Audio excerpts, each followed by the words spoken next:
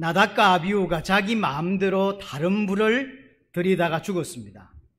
그 후에 하나님께서 제사장들에게 새롭게 규례를 줍니다. 오늘 내용이 그 내용입니다. 제사장 이야기는 그냥 제사장 이야기가 아니라 왕 같은 제사장으로 만들어가고 있는 우리 이야기라고 했습니다. 그래서 제사장에게 말씀하신 것은 우리에게 말씀하신 거라는 사실을 기억해야 됩니다. 오늘 9절, 10절, 11절에 세 가지 규례를 하나님께서 말씀을 하셨는데 이것은 이전에 주셨던 시내산에 도착하자마자 주셨던 그 율법에는 포함되어 있지 않던 규례들이에요. 세 가지죠. 9절에 보니까 너와 내 자손들이 해막에 들어갈 때는 포도주나 독주를 마시지 말라. 포도주나 독주를 마시지 말라. 이전에는 이런 율법이 없었습니다. 근데 나답과 아비후 사건 이후에 하나님이 새롭게 주신 내용이라는 거죠. 다시 보면 해막에 들어갈 때 포도주나 독주를 마시지 말라. 왜냐? 그리하여 내 죽음을 면해라. 여기서 원어대로 이야기하자면 포도주나 독주를 마시지 말라. 그리하여 죽지 말라. 이 명령어예요.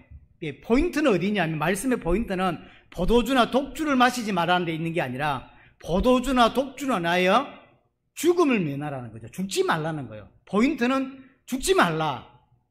이게 하나님이 주시는 메시지의 포인트입니다. 하나님의 말씀은 항상 우리를 살리기 위해서 주시는 말씀입니다. 그래서 그것을 생명의 말씀이다 라고 우리는 표현을 합니다. 오늘도 우리를 불러놓으시고 말씀을 주시죠. 그것은 우리를 살리기 위해서입니다. 죽게 하지 않고 살게 하려고. 그래서 생명의 말씀을 오늘도 주고 있는 것입니다. 또 우리는 어떤 나쁜 습관이 있냐면 내가 이해되어야 믿으려고 하는 습관이 있어요. 하지만 하나님은 무조건 우리를 살리려고 하는 거예요. 그래서 우리가 이해 안 되는데도 말씀을 주시잖아요. 우리는 이해되어야 순종하려고 하죠. 이게 우리의 죄성입니다. 두 번째는 뭐냐면 그리하여야 너희가 거룩하고 속된 것을 분별하며 부정하고 정한 것을 분별하게 된다. 분별하라 라는 이야기예요. 첫 번째는 포도주와 독주를 마시지 마라. 두 번째는 분별해라. 뭘 분별하냐? 거룩한 것과 속된 것, 부정한 것과 정한 것을 분별해야 된다. 그 앞에 10절에 그리하여라라는 건 원어에는 없는 거예요. 이게 없어야 사실은 조금 더 정확한 거예요. 왜냐하면 앞에 걸 9절을 10절에서 이어받는 것처럼 설명되어 있지만 그렇지 않고 따로따로입니다. 포도주, 독주 마시지 마라.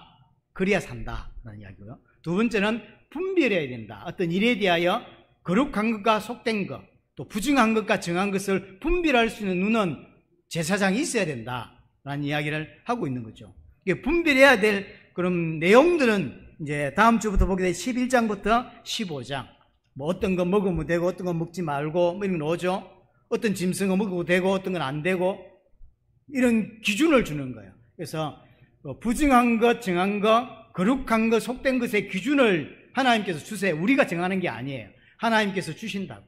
그런 것에 대한 눈이 있어야 된다라고 이야기를 하는 겁니다. 여기에 거룩하고 속된 것이라고 되어 있지만 사실 조금 이게 애매한 단어예요. 속된 것이 아니라 일반적인 것 이런 뜻이에요. 거룩한 것과 일반적인 것을 분별할 수 있어야 된다라는 거예요. 그러면 이제 나답과 아비후 사건을 가지고 이야기하자면 거룩한 불은 제단에서 가져온 불이죠. 거룩한 불입니다. 나답과 아비후가 가져온 다른 불은 일반적인 불인 거예요. 그래서 이게 일반적인 불이 속된 불로 설명되어 있는 그렇지 않아요. 일반적인 것이라고 하는 것이 꼭 나쁜 건 아닙니다. 일반적인 것이 세상에서 좋은 것도 많이 있습니다. 하지만 일반적인 것 가지고는 하나님께 못 가는 거예요. 여기 중요한 거. 그래서 일반적인 불은 좋은 불일 수 있습니다. 우리가 우리를 따뜻하게 하고 뭐 끓여 먹을 수 있고 많은 걸 할 수 있죠. 나쁘단 말이 아니에요. 하지만 일반적인 게 좋은 게 많지만 그것 가지고는 하나님께 나아갈 수 없다는 거예요. 그래서 나답과 아비후가 나쁜 불을 드린 게 아니에요. 다른 불을 드렸죠. 하나님과 상관없는 불, 근데 일반적인 불이란 말이에요. 일반적인 불 중에 일반적인 것 중에 좋은 게 많습니다. 하지만 그거 가지고는 하나님께 못 나간단 말이에요. 그렇죠? 오직 예수 그리스도로만 하나님께 나간다라는 거죠. 그럼 예수 그리스도는 거룩한 것이라는 뜻이죠. 이걸 구별할 수 있어야 된다. 우리가 이 땅에 살아가면서 거룩한 게 있고 일반적인 게 있다는 거예요. 일반적인 것은 이 땅에 살아가면서 좋은 게 많아요. 하지만 그렇다고 그것이 하나님께 나아갈 수 있도록 또는 사단과 죄와 하나님과 단절된 문제를 해결해 줄 수 있는 것은 아니다. 그냥 좋은 걸 뿐인 거예요. 이걸 우리는 분별할 수 있어야 된다. 성도는, 교회 다니는 성도는 이 부분을 분별할 수 있어야 돼요. 아무리 좋은 것이라도 하나님께는 중요한 게 아닌 것이 많고요. 거룩하지 않은 게 있다는 거죠. 그 부분을 설명하고 있는 것입니다. 그래서 하나님께 나아갈 수 있는 거룩한 것은 따로 있다. 그렇죠? 하나님의 말씀대로 해야 된다. 아무리 좋은 것이라도 그 좋은 것 가지고는 하나님께 나아갈 수가 없다는 것이죠. 그래서 성도는 꼭 기억하시기 굉장히 중요한 부분이에요. 거룩한 것과 일반적인 것을 분별할 수 있어야 된다라는 이야기죠. 이걸 분별하지 못하는 것, 구분하지 못하는 걸 보고 종교라고 해요. 그래서 어떻게 생각하는 거냐면 내가 생각할 때 좋은 거 있죠. 내가 생각할 때 아주 기가 막히고 좋은 것을 하나님도 좋아하실 거다, 이렇게 생각하는 거예요. 그게 종교예요. 그러니까 내가 생각할 때 하나님을 잘 섬기는 방법은 중심을 담고 전심으로 내 노력으로 치성을 드리면 하나님도 받지 않겠나. 기도를 어떻게 해야 된다? 치성을 드리듯이. 그래서 옛날 우리나라 속담에 지성이면 감천이다, 이렇게 생각하는 거죠. 그래서 내용이나 하나님이 원하신 말씀대로가 아니라, 하나님께서 가르쳐주신 말씀대로가 아니라 내가 정성을 담아서 하나님께 기도하고 내가 정성을 담아서 하나님께 예배하는, 그럼 하나님 받지 않겠냐라는 거죠. 그건 일반적인 거죠. 그건 종교예요. 종교는 내 중심이나 내 노력, 내 의의를 강조하는 거죠. 왜냐하면 내가 할 수 있는 최선 100%를 하나님께 드린 거예요. 그럼 그렇다고 하나님 받냐? 안 받는다는 말이에요. 그게 대표적인 인물이 누구죠? 바리새인. 바리새인은 정말로 하나님만을 믿고 하나님만을 섬겼습니다. 그래서 정말로 전심, 중심, 전력을 다해서 섬겼어요. 그럼 하나님이 그걸 받으셨냐? 안 받았어요. 거룩한 게 아니거든요. 일반적인 거죠. 일반적으로 생각할 때, 종교적으로 생각할 때 좋은 거죠. 도리어 예수님이 뭐라 그러죠? 독사의 새끼들아 그러죠. 하나님이 욕을 하고 저주했다고. 이걸 구별할 수 있어야 돼요. 하나님이 받으시는 거룩한 것과 우리가 생각할 때 아주 멋진 것, 아주 좋은 건 따로 있어요. 내가 정성을 들이고 내가 노력을 한다고, 치성을 드린다고 해서 기도의 내용보다, 하나님 말씀하시는 말씀에 의해서보다 내가 생각할 때 치성을 드리면 하나님 받지 않겠냐라고 생각하죠. 아니라는 거. 이걸 성도는 반드시 구분해야 된다라는 이야기를 하는 것입니다. 그래서 바울은요, 로마서에 보면 바리새인들을 향해 뭐라고 쓰냐면 자기의 의의를 가지고 하나님의 의의를 힘써 부인한다라고 했어요. 근데 그 바리새인은 중심이 나쁘지 않다니까요. 사실은 중심이 중요한 게 아니라니까요. 하나님의 말씀하신 대로 해야 되는 게 중요한 것이지, 그걸 구분해야 되는 게 중요한 것이지, 내가 생각할 때 좋은 거, 이렇게 하면 하나님 맞지. 내가 얼마만큼 하나님께 헌신하고 얼마만큼 중심을 드렸는데 그거 하나님 상관없다니까요. 바리새인이 대표적인 사람들이에요. 자기의 모든 전 인생을 들여 하나님을 섬겼지만 하나님 받지 않아요. 그래서 예수가 필요 없는 그 사람들. 왜냐하면 자기의 지성으로 하나님을 섬기고 자기의 의를 가지고 하나님을 섬기고 자기가 번 모든 돈을 들이고 생명을 들여서 하나님을 섬기면 하나님 받지. 하나님 만날 수 있지를 생각하겠지. 그러니 예수가 필요했다 없다? 필요 없는 거예요, 그 사람들한테는. 그래서 저주받는 거예요. 그걸 종교라고 합니다. 세 번째가 11절입니다. 또 나 여호와가 모세를 통하여 모든 규례를 이스라엘 자손에게 가르치리라. 하나님께서 모세에게 율법을 주면 그 율법을 제사장은 어떻게 할 수 있어야 된다? 가르칠 수 있어야 된다는 뜻입니다. 독주와 포도주 마시지 말고, 그 다음에 분별할 수 있는 눈이 있어야 되고, 세 번째는 사람들에게 가르칠 수 있어야 된다는 거죠. 그럼 가르치려면 어떻게 됩니까? 알아야 되겠죠. 모르는 것 가르칠 수는 없는 거 아닙니까? 그래서 하나님의 말씀을 알 필요가 있는 거예요. 그것도 정확하게. 자, 오늘 9절, 10절, 11절 세 가지 규례를 주셨는데, 제사장들에게 주셨는데, 이것은 이전에 율법 주셨을 때 없었던 내용입니다. 그럼 왜 주셨을까요? 굳이 이걸? 좀 전에 말씀드렸듯이 하나님께서 말씀을 주시고 이렇게 율법이나 규례를 주시는 이유는 우리를 죽지 않게 하려고 하는 거예요. 우리를 살리려고 하시는 것입니다. 나답과 아비후가 하나님 말씀대로 하지 않아서 죽었죠. 말씀을 주셨는데도 말씀대로 하지 않아 죽는 거거든요. 왜 다시금 규례를 주시냐? 살리려고.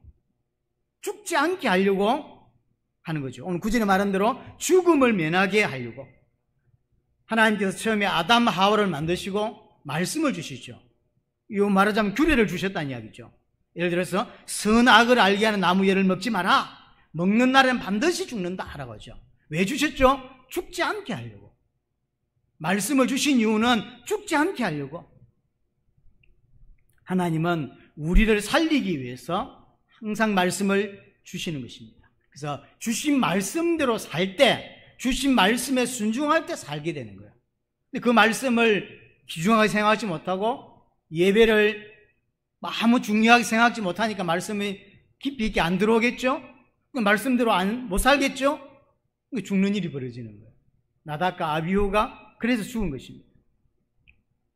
근데 하나님께서 아담 하와에게 말씀을 주셨는데 창세기 16절 17절, 창세기 3장에 보면 뱀이 찾아와요.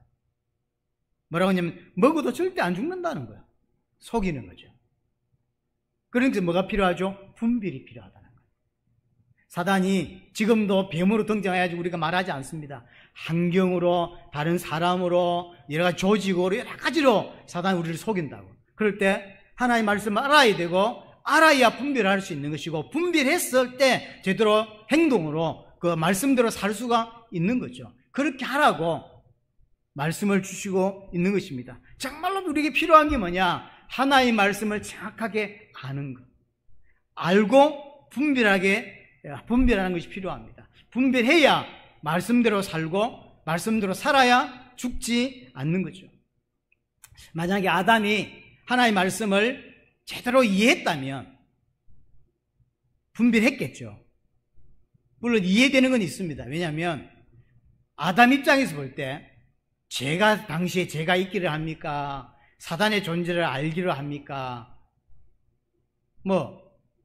아무것도 모르니까 이해가 되긴 해요. 하지만 아담이 진짜 하나님이 주신 말씀을 정확하게 이해했다면 분별할 수 있었을 것이고, 분별했다면 안 먹었겠죠. 사단은 지금도 속이고 있습니다. 기억해야 됩니다. 뭐라고 속이냐면요, 아담 생각해 보세요. 이 선악을 알게 하는 나무의 실과를 네가 먹으면 내 눈이 밝아져 하나님처럼 된다. 왜 하나님께서 그러면 선악과를 못 먹겠냐? 눈이 밝아져 하나님처럼 되는 걸 하나님이 아시기 때문에 하나님처럼 안 되게 하려고 하나님께 못 먹겠다 라고 이야기하죠. 이게 속이는 거거든요. 그러니까 사단이 아담 하와에게 네가 하나님처럼 되면 하나님같이 되면 안 되니까 하나님이 너를 못 먹게 이게 속인 거다 이렇게 생각한 거죠. 근데 지금 이게 말에서 틀린 거예요. 왜냐하면 아담 하와는 이미 하나님과 같은 존재였어요. 그걸 먹으면 하나님처럼 되는 게 아니라 이미 하나님이 처음부터 만들 때 하나님 같은 존재였다니까요. 하나님의 형상이었고 하나님의 아들이었고, 그렇죠, 왕이었어요. 그래서 하나님 앞에서는 피조물이지만 하나님 만드신 나머지 모든 피조물 앞에서는 왕과 같은 하나님 같은 존재였거든요. 그러니까 선악을 알게 하는 나무 실과를 따먹어야 하나님처럼 되는 게 아니에요. 처음부터 하나님께서는 아담을 하나님처럼 만들었다니까요. 그리스도를 방불한 존재로 만들었습니다. 또 선악을 알게 하는 그 열매를 먹어야 선악을 알게 아는 게 아니에요. 그렇죠? 보면 아는 거예요. 보면 안 먹는 게, 말씀에 순종하는 것이 선이고 말씀에 불순종하는 게 악이죠. 그러니까 보면 아는 거죠. 보면 아는 거예요. 지나다니다가 십자가 이렇게 걸려있는 집을 보면 저기 교회구나. 들어가 봐야 합니까? 십자가 보면 아는 거죠. 지나가다가 간판에 편의점이라 써져 있으면 커튼이 다 쳐져 있어. 그냥 보면 아는 거죠. 아, 저게 편의점이구나. 이게 보면 아는 거죠. 바퀴 달린 뭐가 지나가는데 자동차구나. 저게 버스구나. 보면 아는 거예요. 선악을 먹어봐야, 그 실과를 먹어야 아는 게 아니라 보면 아는 거예요. 말씀에 순종하는 게 선이고 순종하지 않는 게 악이라고. 하나님이 특별한 나무를 만들어가지고 아주 괘씸하게 우리를 넘어뜨리려고 작정하듯이 아주 맛있는 특별한 나무를 선악과를 만들어 놓고 이거 먹지 마. 이렇게 한 게 아니에요. 선악을 이야기하는 그 나무는 그 당시 에덴 동산에 너무 많았습니다. 그냥 하나 지정했을 뿐이에요. 정말로 그 먹고 싶으면 주위에 얼마든지 있었습니다. 그냥 먹으면 돼요. 하나님이 특별한 나무를 만든 게 아니에요. 그래서 지키기 쉬운 언약이었고 순종하기 쉬운 언약이었어요. 아담은, 하와는 사단에게 속아서 다 먹게 되는 거죠. 그럼 누굴 먼저 속이냐면 하와를 먼저 속이죠. 왜 하와를 먼저 속였을까? 하나의 말씀을 받을 때, 창세기 2장 16절 17절 받을 때 하와가 없었어요. 그럼 하와는 어떻게 알고 있죠? 아담이 말을 해줬으니까. 아담께 전달받은 거죠. 그러니까 당사자를 통해서 전달받은 하와가 훨씬 더 말씀에 희미할 가능성이 크죠. 그러니 사단이 하와부터 건드는 거죠. 창세기 3장을 한번 볼까요? 창세기 3장 1절에서 6절을 보면 하와와 뱀의 대화가 나와 있습니다. 여기 보면 하와가 얼마나 말씀을 대충, 보면 전혀 모르고 있는 게 아니고 알고 있는데 뭔가가 틈이 있어요. 뭔가가 아니요. 이렇게 많죠? 3장에 보면 뱀은 여호와 하나님이 지으신 들짐승 중에 가장 강교하니라. 뱀이 여자에게 물어 이르되, 이제 질문을 합니다. 하나님이 참으로 너에게 동산 모든 나무 열매를 먹지 말라 하시더냐? 완전 반대 이야기죠. 선악을 알게 하는 나무를 지정해 놓고 그것만 먹지 말라 그랬죠. 나머지는 다 먹을 수 있는데 딱 뒤집어서 설명합니다. 그러니까 여자가 대답을 합니다. 여자가 뱀에게 말하되 동산 나무 열매를 우리가 먹을 수 있으나, 벌써 두 가지 틀렸죠? 하나의 말씀하고 달라요. 여자가 뱀에게 말합니다. 동산 나무의 열매를 그랬지만 아닙니다. 동산에 있는 각종 또는 모든 나무의 열매를 우리가 먹을 수 있다. 하나의 말씀하고 다른 부분이에요. 동산에 있는 모든 나무, 각종 모든 나무를 먹을 수 있는데 한 가지 더 빼먹었죠? 임의로 먹을 수 있습니다. 진짜로 먹을 수 있다는 뜻이에요. 쉽게 말하면, 다시 말하면 동산 각종 모든 나무 열매를 임의로 진짜로 우리가 먹을 수 있으나 라는 뜻이에요. 두 개 벌써 빼먹었죠? 그 다음에 3절 보면 동산 중앙에 있는 나무 열매는 하나의 말씀에 이랬는데, 중앙이라는 단어가 원래 표현이 하나의 말씀에는 없어요. 원래는. 그럼 이게 중앙이 어디서 나온 거냐면 창세기 2장 9절에 보시면, 2장 9절에 보면 여호와 하나님이 그 땅에 보시기에 아름답고 먹기 좋은 나무가 나게 하시니 동산 가운데에는 이래 있죠. 이거는 지금 모세의 나레이션입니다. 모세가 지금 창세기를 기록하면서 이게 상황을 설명할 때 가운데라고 되어 있어요. 그럼 이제 하와는 아마 그 선악을 알게 하는 그 나무가 동산 중앙에 있었던 것 같아요. 위치를 알고 있는 거죠. 하지만 위치가 중앙에 있다는 이야기와 하나님이 중앙이라는 표현을 안 썼는데 중앙에 있다라고 하는 표현은 다른 표현이죠. 이렇게 말씀하신 적이 없어요. 하지만 실제 중앙에 있었던 건 맞는 것 같습니다. 하와가 위치를 알고 있으니까. 그렇죠? 틀린 말은 아니요. 틀린 말은 아니지만 하나의 말씀은 아니라니까요. 이게 중요합니다. 이게 왜 나중에 문제가 되냐면, 하나의 말씀이 아닌데도 하나의 말씀으로 믿게 되는 것들이 많이 있어요. 이제 이런 것들이 나오죠. 그 다음에 보세요. 너희는 먹지도 말고 만지지도 말라. 만지지도 말라. 그런 말 하신 적이 없거든요. 근데 만지지 말래. 아마 이제 대부분의 신학자들은 아담이 했을 거다 이렇게 표현하는 거죠. 아담 생각에 말씀을 들을 때 하와가 없었어. 그러니까 좀 먹으면 절대 안 되겠죠. 그러니까 만지지도 마라. 안 만지면 안 먹겠지. 점핑을 하고 입으로 뭐 게임하는 것도 아니고 그렇게 먹지는 않을 거 아닙니까? 그러니까 만지지 말라. 요걸 이제 율법이라 그래요. 이게 울타리인 거죠. 그러니까 안 만지면 안 먹을 거니까. 근데 여기에서 문제가 생기는 거예요. 그러니까 하나의 말씀을 하나의 말씀으로만 알게 만들어야 돼요. 근데 이제 하와는 하나의 말씀도 하나의 말씀이고 만지지도 말라 이런 것도 하나의 말씀으로 믿고 있는 거죠. 근데 사단이 만져봐. 만졌거든. 그럼 자기가 생각할 때 만지면 죽어야 되잖아요. 안 죽잖아요. 근데 사단이 봐. 먹어도 안 죽는 거야. 그러니까 지금 하와는 만지면서 하나의 말씀을 어겼다고 생각했어요. 어긴 게 아니에요. 하지만 하와는 그렇게 이해하고 있다고. 이게 예수님에게도 마찬가지입니다. 유대인들이 예수님을 그리스도로 인정할 수 없었던 많은 것들 중에 하나가 가장 중요한 게 뭐냐면 하나님의 말씀을 어겼다라고 믿은 거죠. 진짜 메시아가 맞으면 하나님의 말씀을 지켜야지 하나님의 말씀을 어기겠냔 말이에요. 근데 예수님이 하는 행동을 보면 하나님의 말씀을 어기고 있거든. 근데 그럼 예수님이 하나님의 말씀 어긴 적이 있냐? 없어요. 그럼 유대인들이 생각하는 그 하나님의 말씀을 어겼다고 하는 그 내용이 뭔데요?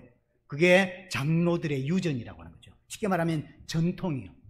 유대인은 하나님의 말씀도 하나님의 말씀이고 그 다음에 하나님의 말씀을 위해서 오늘 본문에서 말한 대로 만지지도 말라고 하는 게 엄청 많이 있어요. 이런 것들을 만들어놔도 이걸 전부 다 하나님의 말씀이라고 믿는 거예요. 그러니까 하와는 지금 하나님의 말씀이라고 믿고 있는데 만져보니까 안 죽거든. 그러니까 먹어치고 들어오겠죠? 먹어도 안 죽어. 예수님께도 보면 유대인들이 예수님이 하는 행동이 말씀을 계속 어기는 행동을 하거든. 근데 예수님은 그 어긴 적이 없다니까요. 그냥 그들은 하나의 말씀과 하나의 말씀 아닌 것을 다 하나의 말씀으로 믿었기 때문에. 그럼 결국은 다 무너져 버려요. 그게 사단의 전략이에요. 그럼 원래는 좋은 의도입니다.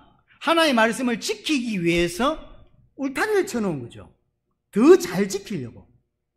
하지만 그게 위험한 거예요. 왜냐하면 하나의 말씀과 아닌 것을 섞어서 알고 있다 보니까 하나의 말씀 어긴 적이 없지만 자기는 하나의 말씀 어겼다고 생각하고 어겨도 괜찮거든. 괜찮으니까 결국 하나의 말씀을 어기게 되는 거예요. 하와가 딱 그런 케이스에 빠졌죠. 그러니까 만져도 되는데 만지지 말라. 이게 하나의 말씀인 줄 알고 있었던 거죠. 또 3절에도 계속 보면 죽을까 하노라. 반드시 죽는다 그랬지. 언제 죽을까 하노라 그랬습니까? 지금 3절까지만 읽었는데도 틀린 게 6곳이 나와요. 하나의 말씀하고 다른 게 6군데가 나와요. 왜 속았을까요? 하나님은 우리를 살리기 위해서 말씀을 주시는데 우리는 그 말씀을 대충 알고 있는 거예요. 그래서 뭐 해라? 말씀을 정확히 알아야 되고 말씀을 분별할 수 있어야 된다는 거죠. 분별해야 말씀대로 살 수 있고 말씀대로 살 때 죽지 않게 되는 것입니다. 그것을 위해서 오늘 제사장들에게 오늘 말씀을 새롭게 이야기하고 있는 것입니다. 그래서 제사장은, 특별히 성도는 하나의 말씀을 가르칠 수 있는 자여야 합니다. 이 말은 그냥 대충 교회가 왔다 갔다 하면 안 된다는 뜻이에요. 하나의 말씀을 가르칠 수 있는 수준이 가야 된다. 가르친다는 이야기는 분별한다는 이야기죠. 그렇죠? 분별한다는 이야기죠. 가르치려면 말씀을 분별할 수 있어야 돼요. 거룩한 것과 일반적인 것. 일반적인 게 꼭 나쁜 게 아니라고 했습니다. 나쁜 건 아니지만 거룩한 건 아니에요. 나쁜 건 아니지만 일반적인 것이지만 그것이 우리의 인생의 문제를 해결해 줄 수 없고 하나님께 나갈 수 있게 할 수 없단 말이에요. 그래서 그걸 분별할 수 있어야 되는 거예요. 그래야 종교로 빠지지 않는 거예요. 그래야 예수 그리스도를 붙잡고 십자가로 붙잡는 인생이 될 수 있는 거예요. 내 의를 들고 나갈 수 없게 되는 거죠. 하지만 이걸 구별 못하니까 내 의를 들고 나간다고. 내 열심, 내 노력, 내 치성을 들고 하나님께 나간다. 왜냐하면 그렇게 하면 하나님 받아주시겠지. 자기가 원하는 걸 완전 하나님께 기도하면서 진짜 중심으로 치성을 들여 기도하면 하나님이 들어주시겠지 라고 생각하거든. 아니란 말이에요. 틀리게 가르치고 잘못 가르치는 사람들이 이 땅에 너무 많습니다. 왜냐? 하나님의 말씀을 정확히 모르니까. 그리고 그걸 분별할 수 있는 눈이 없으니까. 그러니까 틀리게 가르치고 잘못 가르치는 거예요. 내 의의를 주장하고 내 의의를 들고 하나님께 나아가도록 가르친다고. 그래서 내 노력, 내 어떤 선행, 구제, 치성, 정성, 내 중심, 이런 식으로 가르친다. 기도해도 응답이 없어? 그러면 금식해? 금식해도 안 돼? 40일 해? 전부 내 기준이에요. 내가 얼마나 하나님께 치성을 드리고 내가 얼마나 하나님께 중심을 담느냐에 따라 응답이 오고 안 오고 나눠진다고 생각하는 거죠. 그렇지 않습니다.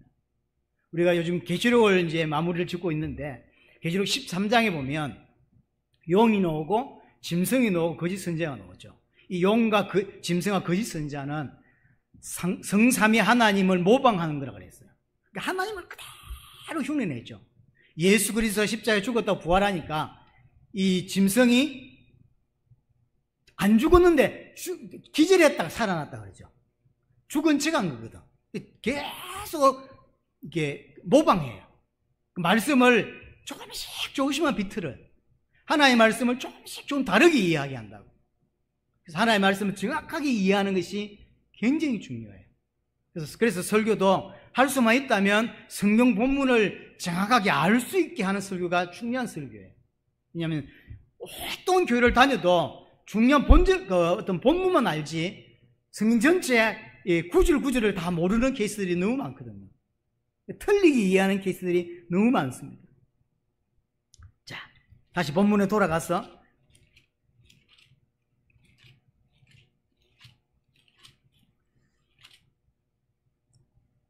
자, 12절부터 15절 이야기는 이제 소제와 화목제에 대한 규례를 다시 설명하고요. 조금 더 정확히 말하면 소제와 화목제를 하나님께 드리고 그 남은 거 있죠. 그 남은 것에 대한 규례에 대한 이야기. 제사장 몫이 되죠. 제사장 몫을 어떻게 해야 되냐라는 설명을 합니다. 이는 앞에서 살펴본 것이고요. 16절부터 20절 이제 마지막 하나 봐야 될 게 뭐냐면 16절 보세요. 모세가 속죄제 드린 염소를 찾은 저 이미 불살랐는지라 그가 아론의 남은 아들 엘리야살과 이다말에게 노하여 이르되 이제 분노하는 또 한 번 모세가 분노하는 사건이 벌어졌습니다.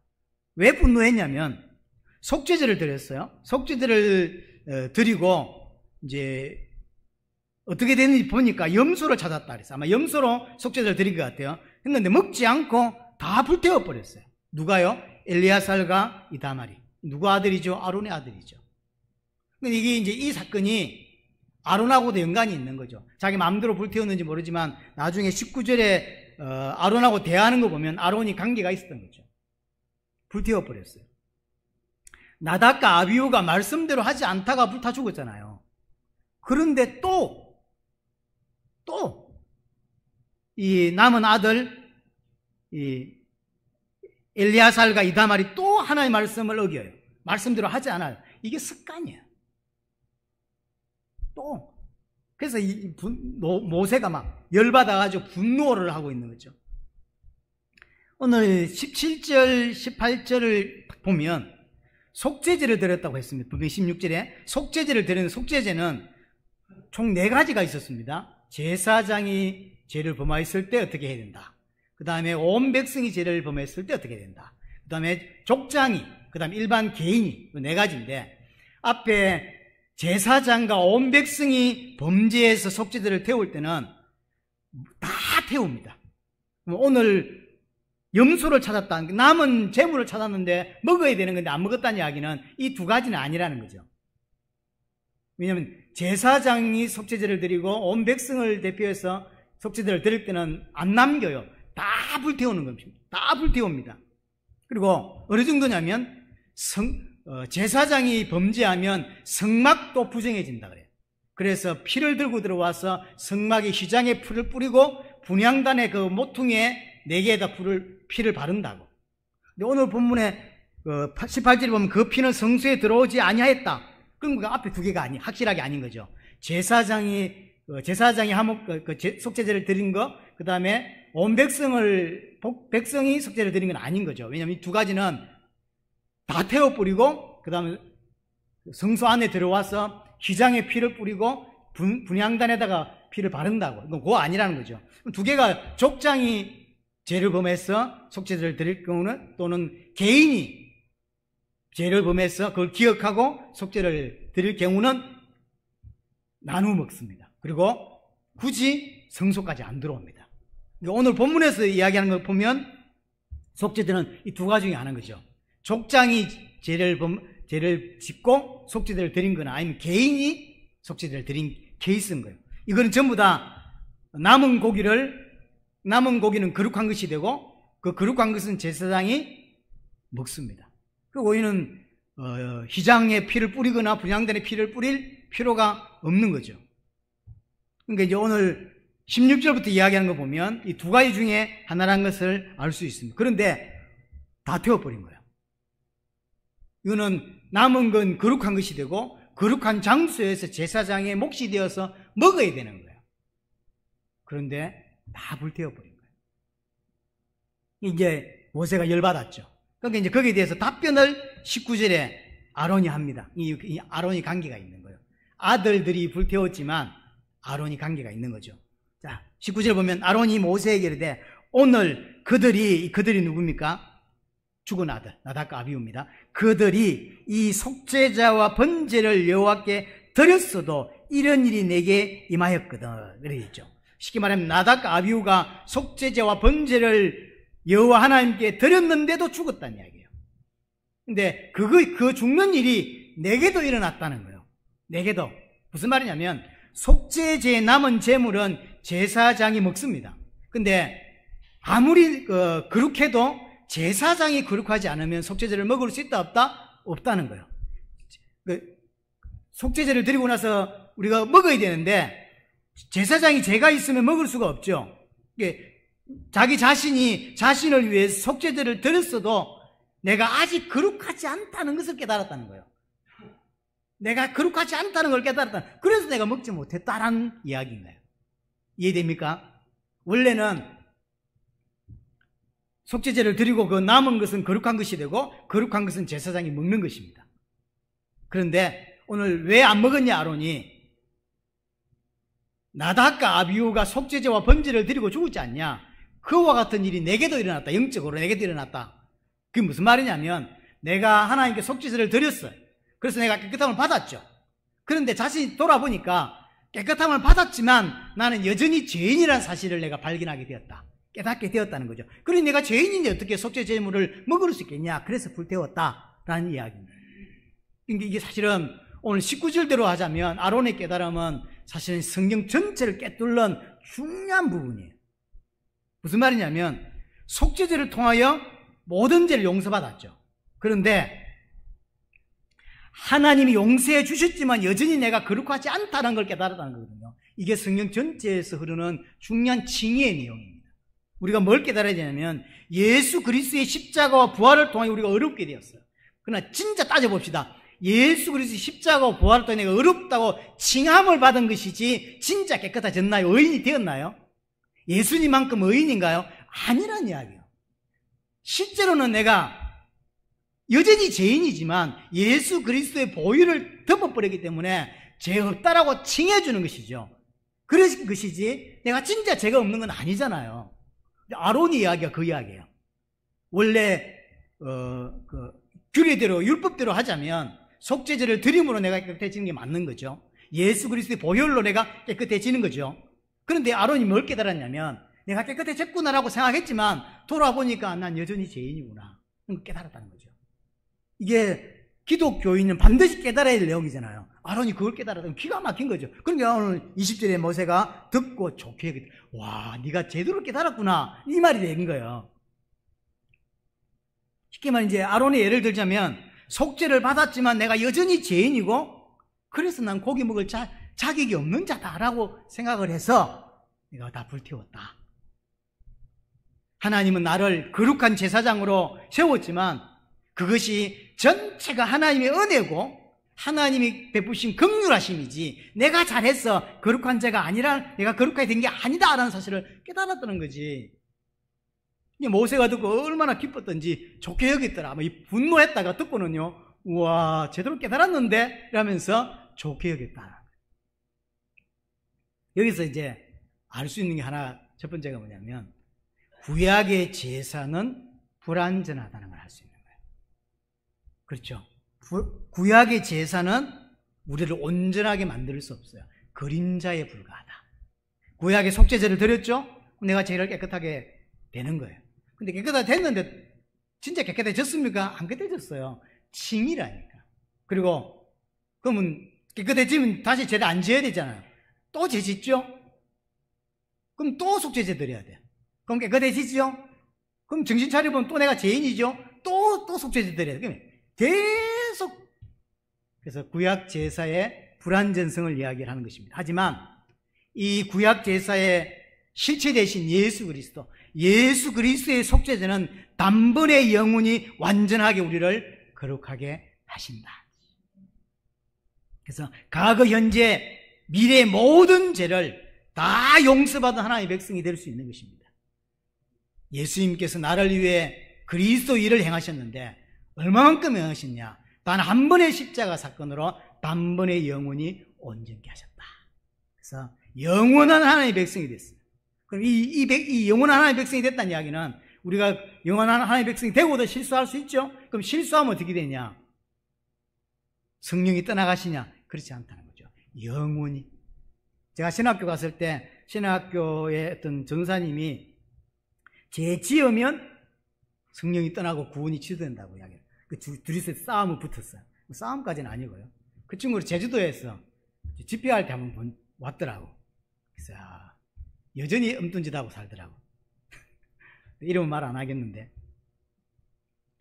그래서 둘이서 싸웠어요. 이 친구는 뭐라 하냐면 예수를 지금 막 믿고 있다가 내가 죄를 지었죠. 그럼 성령이 떠나가. 그럼 떠나가다가 내가 또 회개하고 이러면 또 성령이 들어온대. 그렇게 알고 있는 거죠. 아니다. 만약 그렇다면 네가 회개하기 전에 네가 교통사고로 죽으면 그럼 지금까지 50년 교회를 다니고 예수를 한 번도 어긴 적이 없고 죄를 한 번도 짓지 없다가 딱 한 번 죄 지었는데 그것 때문에 지옥 가냐 그랬더니 어쩔 수 없다는 거예요. 그럼 생각으로는 짓는 죄는 그럼 네가 죄가 없다고 생각하냐? 절대 아니라는 거예요. 뭐 그래서 저도 목사 되고 저도 이제 목사 됐는데요. 뭐가 성경적입니까? 뭐가 맞는 거예요? 한 번 구원받은 하나님의 백성은 변하지 않습니다. 한 번 내 안에 내주하신 성령님은 떠나가시는 일이 없습니다. 나를 끝까지 책임지시고 나와 함께 하시는 거죠. 자, 마지막으로 오늘 19절을 보면서 어떤 생각을 하냐면요. 제가 볼 때는 아론이 지금 모세에게 이야기를 하자면 답변을 하자면 이렇게 불태울 수밖에 없었는지를 내가 죄인이라는 걸 깨달아서 사실은 먹어야 되는 건데도 불구하고 안 먹었다 이렇게 했잖아요. 근데 저는 개인적으로 볼 때 핑계다 이렇게 보여요. 이거는 모세가 열받아가지고 막 달려드니까 핑계를 댄 것 같다. 핑계처럼 보입니다. 무슨 말이냐면 12절부터 16절까지는 소제와 화목제잖아요. 화목제물이잖아요. 그럼 이것도 안 먹었어야지. 이건 먹은 것 같아요. 그럼 속죄제만 안 먹을 게 아니라 소제나 화목제도 먹지 말았어야지. 그때 모세가 왜 안 먹어 물으면 내가 죄인인데 어떻게 먹겠어? 이렇게 말해야지. 그때는 또 잘 먹거든요. 갑자기 속죄제 드리면서 이렇게 내가 죄인인 걸 깨달았다면서 내가 못 먹겠다 이렇게. 제가 볼 때는 이건 좀 뭐랄까 핑계.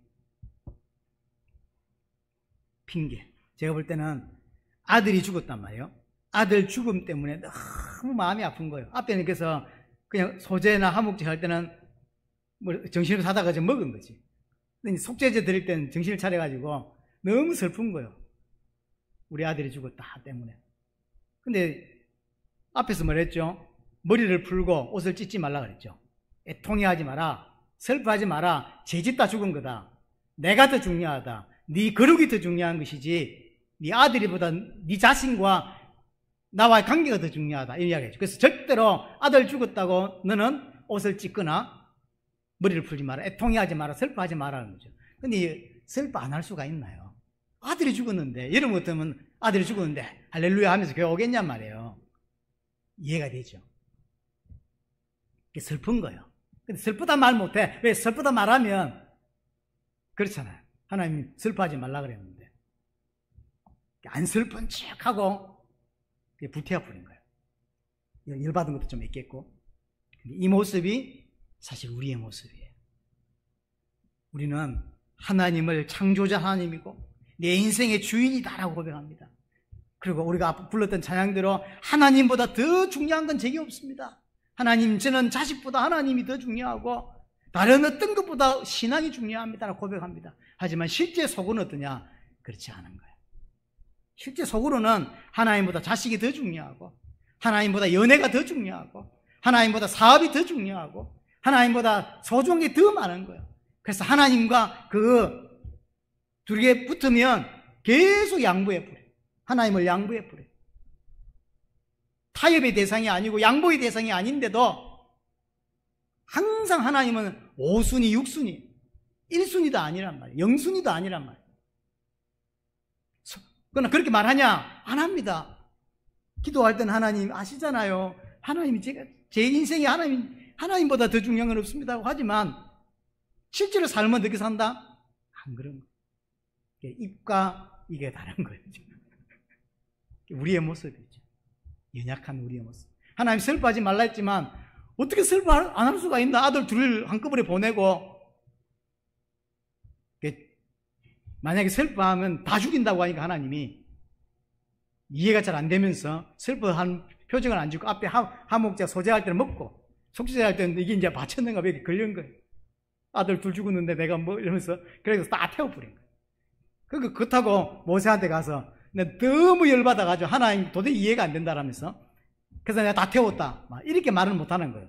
혹시나 백성 다 죽고 자기 다 죽을 줄 그렇게 죽으면 안 되니. 그러니까 말은 말씀대로 오직 예수 이렇고요. 속은 오직 예수가 어디 있습니까? 저 뒤인 거죠. 이 우리의 모습, 아론의 모습 보면 우리의 모습이죠. 항상 하나님보다 다른 게 더 중요하고 항상 신앙보다 믿음보다 다른 게 더 중요한 우리의 모습. 하지만 하나님은 이렇게 그럼에도 불구하고 우리가 또 이야기하는 겁니다. 복음은 유일하고 절대적인 것이고 어떤 것과 비교할 수 없는 것이다. 하나님 지금 우리를 계속 아직도 모자란 아론 같은 우리를 계속 이끌어서 하나님 보실 때 기쁘게 받으실 만한, 하나님께서 기뻐하실 만한 사람으로 이끌어가고 있다는 사실입니다. 이 은혜가 여러분들에게 되기를 바랍니다.